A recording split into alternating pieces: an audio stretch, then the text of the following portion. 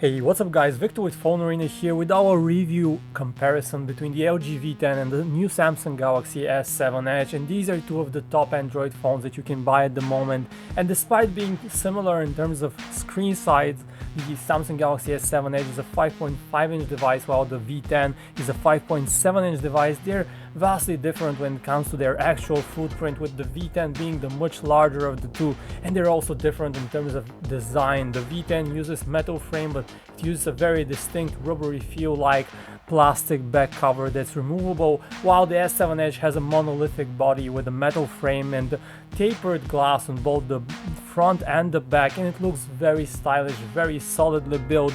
And while nobody will say this to you, but the S7 Edge is an absolute masterpiece. Even small details like the buttons are very well put together. They're very clicky, very well thought out. It's a design masterpiece truly in the Android world. Feel very comfortable to hold in the hand as well with those tapered edges, and the camera is also reduced. The camera bump is reduced.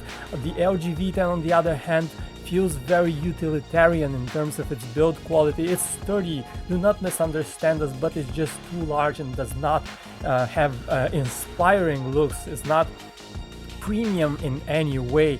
Now when you look at the V10, S7 Edge from the side, you see those edges that make it more comfortable to swipe from the side.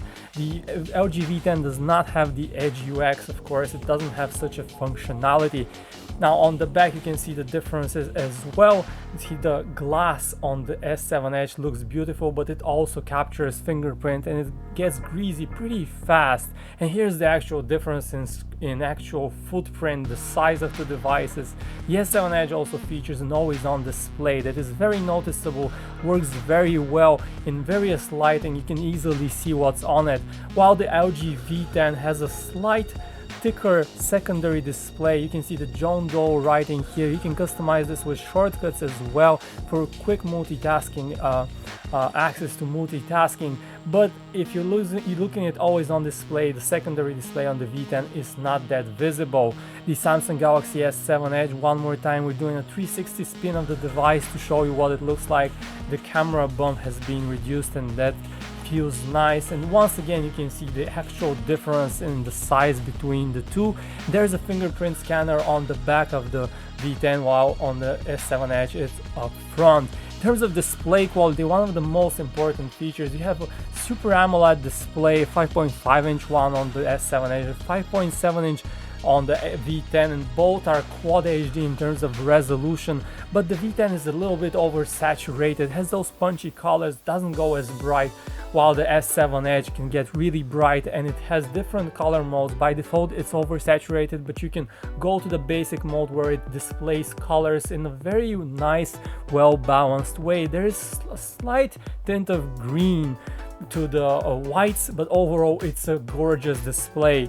And here's once again the always-on functionality. You can see how dim it is on the V10. It's really hard to see what's on there. It's not very practical. You have to really look close to see the time and your notifications, while on the S7 Edge this is really easy. And up front you have the cameras and different sensors. So let's quickly walk you through the interface of the S7 Edge. You have TouchWiz, the latest edition, Android 6 Marshmallow on top, and the most noticeable thing about this new version of TouchWiz is that it has now become more cohesive. It features better looks more stylish, and of course you have the Edge UX from the side, which is a neat time saver feature. You have multitasking, split window multitasking, so you can use both apps, two apps simultaneously on the top and bottom of the screen. And here we're using the gallery and the browser, and this is a really neat functionality.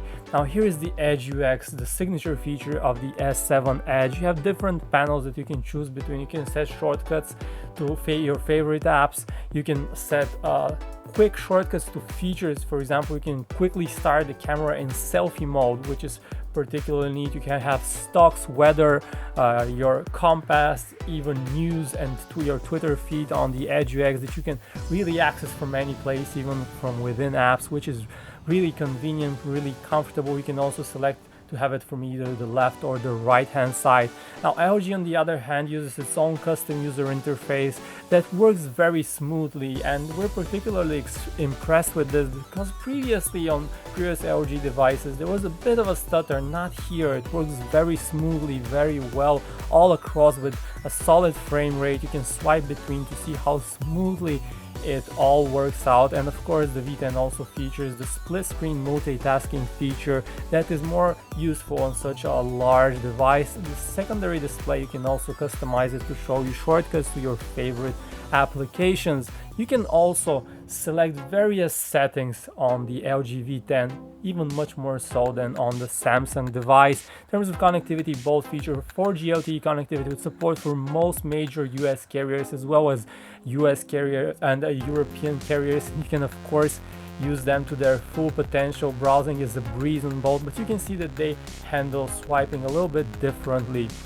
When it comes to cameras, while the S7 Edge is really fast, it features a new 12 megapixel sensor with dual focus pixels, which make focusing the fastest experience ever on a phone. And image quality is also great, so the same can be said about video quality. There's one thing about the 7 Edge: the full setting, you have very oversaturated images and over sharpened. They look great on the display, but if you blow them up on a larger screen, they just look a little bit unnatural. And we actually prefer the images on the LG V10. It's a slower camera, it's a 16 megapixel camera that focuses slower and works noticeably slower.